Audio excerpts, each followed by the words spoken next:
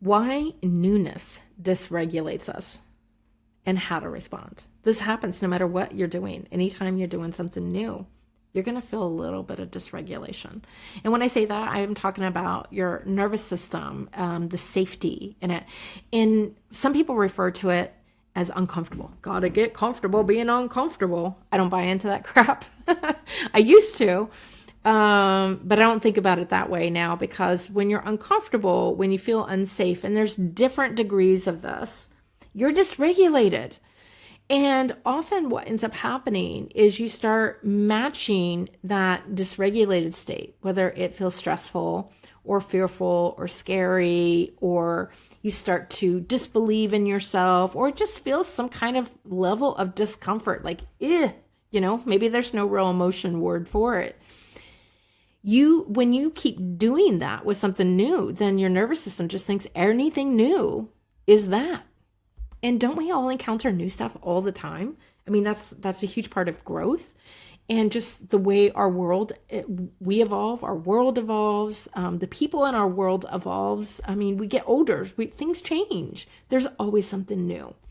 And so that's why I just don't buy into that. So, Here we are. I am in part 3 of From Metrics to Momentum, something 5-part series that I wrote on my blog, and this is where we are. I'll put some links in here if you want to start from the very beginning to go through all of this. And I'm gonna probably need to make myself a little bit smaller so we can see everything here. I've got my doodle bird. I love to make doodle birds. Some people know me from them.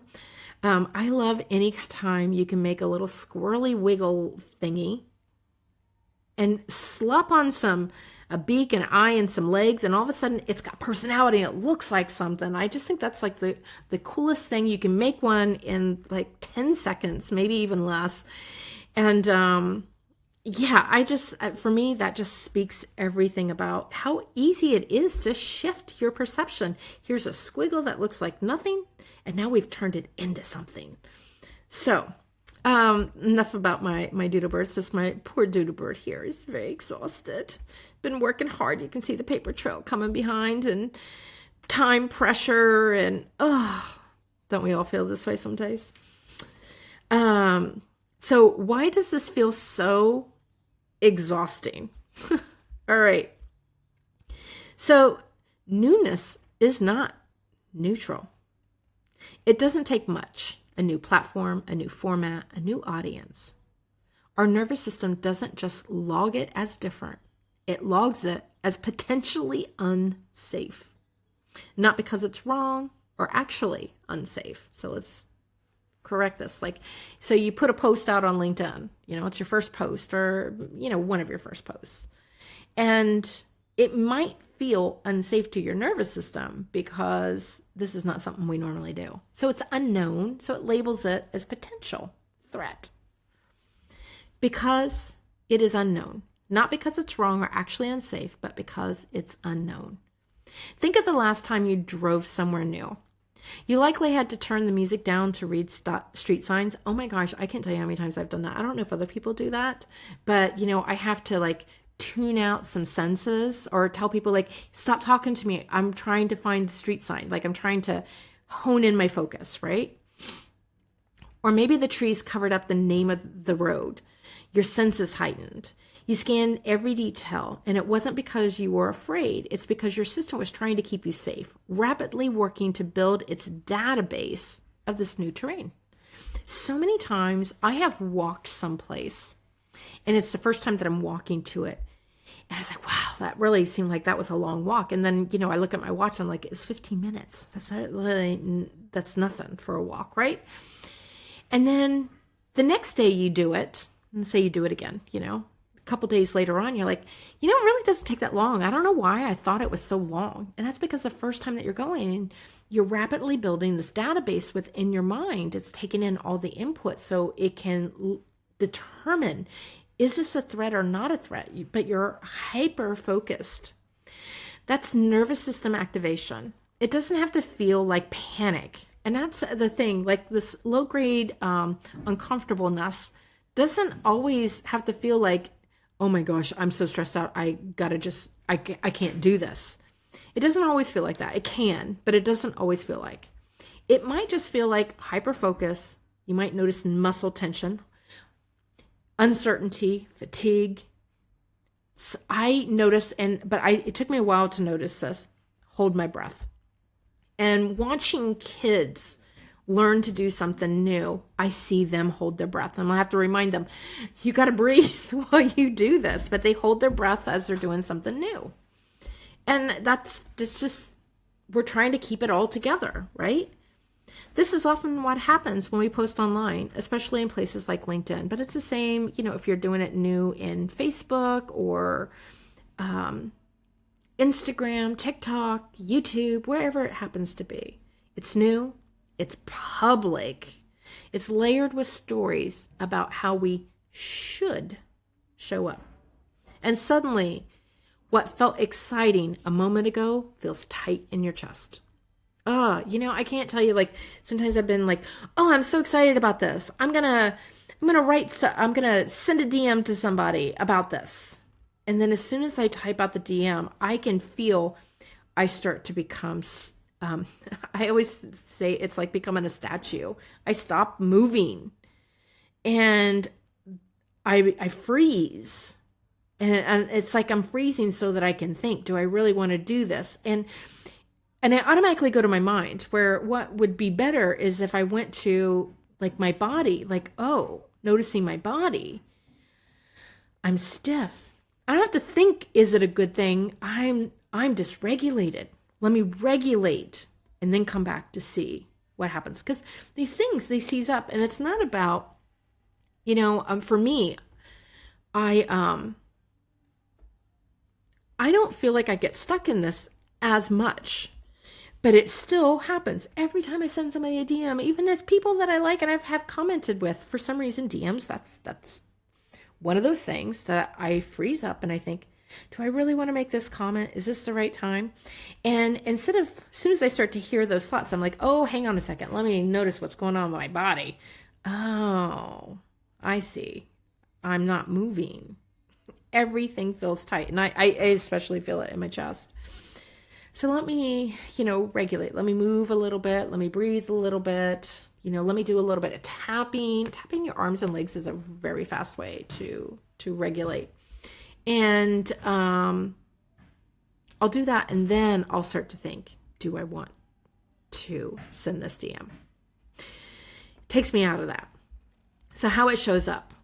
We tend to label this as fear or resistance. But that's not always true. Sometimes it's just run-of-the-mill nervous system dysregulation. And when you realize there's nothing wrong, something softens. Because if you knew your nervous system was trying to protect you, not sabotage you, how might you relate to it differently? And that's what happens now when I notice my body. I hear my thoughts. Do I really want to send this? Is this the right thing? Oh, let me just notice my body. All of a sudden, it's like a exhale, right? So field notes, that's the name of my blog that I call it, because it's notes from my energy field, and it's notes from the field that I actually physically stand in, where I am, or I'm sitting right now, so where I'm sitting today. When I first started posting, I would reread each post 20 times. I kid you not, probably more. Check for typos, because somebody pointed out a typo once. Try to make it sound smart enough. Then spend the rest of the day wondering if I said too much or too little or the wrong thing. What I thought was fear of being seen or misunderstood was really my body reacting to being in a new place. Oh my gosh, that little bit, this little change that I made about regulating my nervous system changed so much. I really thought I had a fear of being seen, and I don't. I was like, it's obvious in other parts of my life. I'm totally okay with this. Why am I not okay over here? And this not being understood, that's why I didn't write for a long time. And people who see me on LinkedIn now might be like, what do you mean you were afraid to post whatever you wrote? You didn't think you're a good writer? Because I get a lot of feedback saying that they really love my style of writing and how I put things out there. But I couldn't see it. I just thought, I'm not going to be understood, and I couldn't get the things out. And it's because I've always been an instructional writer. It's something I've done since I was a kid. I used to write knitting instructions when I was a kid and even into my adulthood. And then I wrote instructional material as a college professor. And I'm just used to doing that. I've written some manuals and various jobs that I've been in, like this is how you do this here, so we can keep things uniform. And so, but those are all instructional. And doing something that wasn't instructional, like a manual or a knitting pattern or an assignment sheet, felt like I was just misunderstood. And it really wasn't. It was just, I was encountering a new way of writing. That's all that was happening. So anyway, I'm going to go through. Maybe you've sensed it too, because I've lived this shift. You can too. I've avoided writing even this is one of the things sometimes, like I'm totally in this, I lived this shift too. And this is one of the things I love about when I come back and I read some of the things that I had written, that lines that totally resonate with me. And this is one that gives me pause. Like, yeah, I've lived this. And it has me, it's tripping me up just a little bit, because I'm like, it's amazing that I used to think that I was terrible at writing, that I was a crap writer. It just blows my mind, like how far I've come in 2 years on that. So maybe you've sensed it too. You avoid writing even when you have something to say. You freeze or over-explain your posts or messages. You feel fine until you click to share it. You check notifications in a loop. Oh my gosh, did anybody react? Did anybody respond? Did they understand it? Did they get it? Oh, those external things. You feel exhausted after putting it out there. It is exhausting. This isn't proof you're not cut out for it. It's proof that you care, that your system is doing its job. But what if you could meet it differently? A tool that helps you tune into you. I'm sure you're noticing a theme here, especially if you're reading this series of posts in order. Like I said, I'll put a link here to the other ones if you're interested. And no worries if you aren't. Being able to tune into you is the reoccurring theme. But how do you do that? I remember that what one client said, just like it just happened yesterday, like 5 minutes ago. If all I need is within me, then where the hell is it? I hear this all the time, but I haven't found it. She was in the middle of the Inner Way. That's a one-on-one program that I do. It's a 5-week that helps you learn how to create your own nervous system balance. Not just balance, how to regulate yourself to balance and then move yourself into momentum. And we create custom flows based off of what you're trying to accomplish for yourself, what your goals are, the area of life that you want to focus on, and the nervous system regulation things that work for you, because they don't all work for every person. Like, I like meditating, but it is not my primary way. It's not the fastest way of doing something for me. And I go in spurts where I'll do a bunch of meditation for several months, and then I won't do them for sometimes like a year. And then I'll get back into it. Because it's not my primary way of doing something. It's not one that I stick with daily. And I have some other ones that I stick with daily. Those are the ones that serve me. And so that's what we end up creating in that. And then we use human design as a way to reflect yourself, to kind of see yourself. It doesn't tell you who you are, but it lets you, it reflects enough of things that you get to respond to them, and it shows you what you've already known about yourself, although it was buried under a bunch of stuff.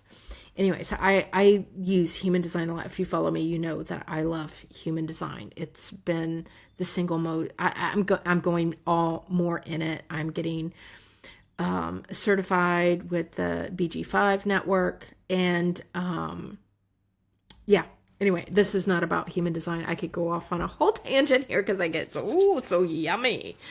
So she was in the middle of the Inner Way. And this wasn't just frustration. It was a legit question. She's like, for real. I hear this. And I was like, yeah, people do toss that around, but they don't tell you what it really means or how to do it.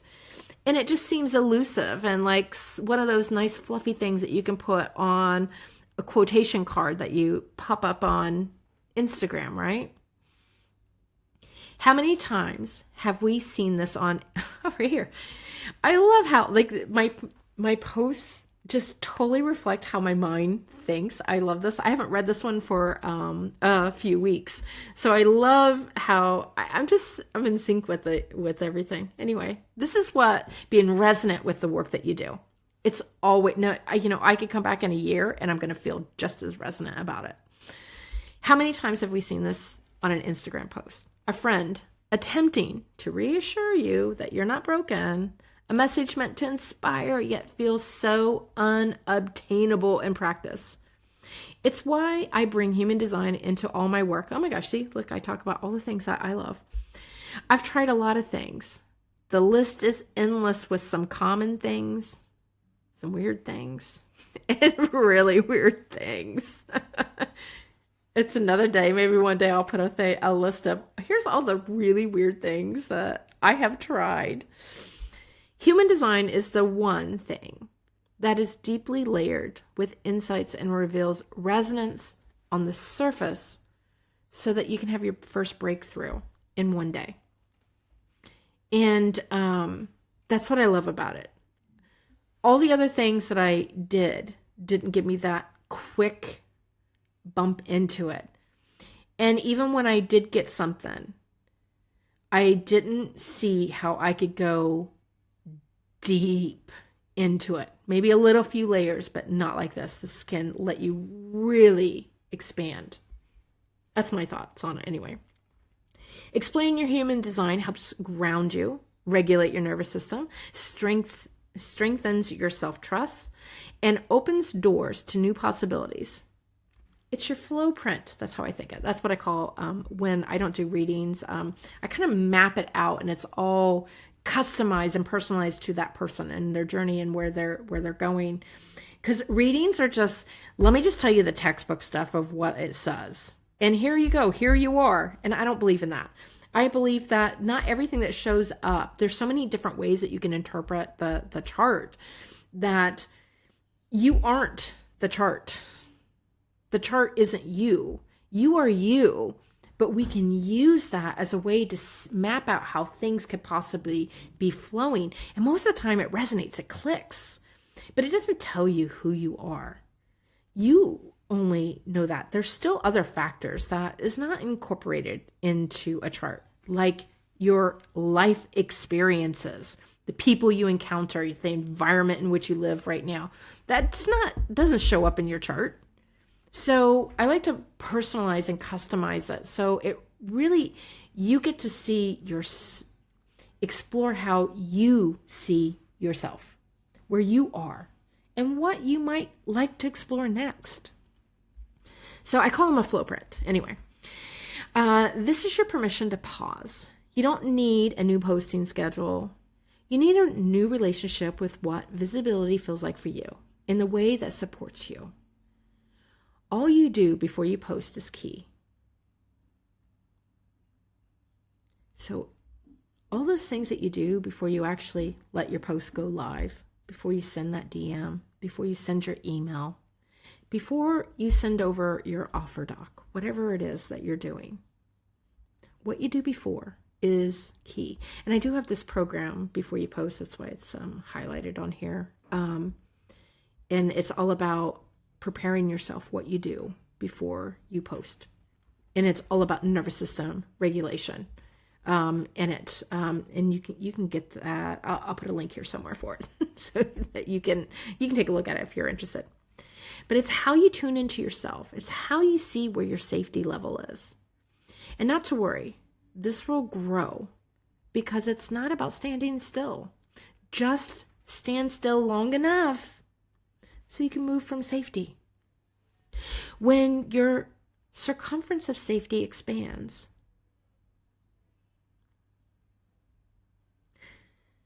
I'm going to read that again because sometimes I put the wrong emphasis on the words, and this just really gave me a pause. So I'm listening to my own inner resonance as I go through and read. Safety expands. And I was just thinking about how beautiful that is. And I had this visual of like the ground beneath you all of a sudden expanding out, and you had more room to step, more room to dance, to do your big number, sort of thing, to twirl and have fun, do a cartwheel if you want. It's not about standing still. This chew will grow because it's not about standing still, just long enough to move from safety. Then your circumference of safety expands. I want to offer a starting point, one that doesn't put urgency on a pedestal, one that strengthens and expands your foundation of self-trust. And I do have this free thing here. If you're interested in a place to start, it's free. It's a 5-day email sequence, essentially, like a little mini course that it's about what do you write about? But I will tell you, the real truth is it's about regulating yourself. So if you're like, you know what, I really want to think about how do I regulate myself, doing something new, how do I build this safety that expands? How do I increase that circumference of that? Then, this might be interesting to you. Even if you don't do the activities necessarily about the writing part, then again, maybe that'll be interesting to you as well. But it's really about nervous system. That's the underlying feature.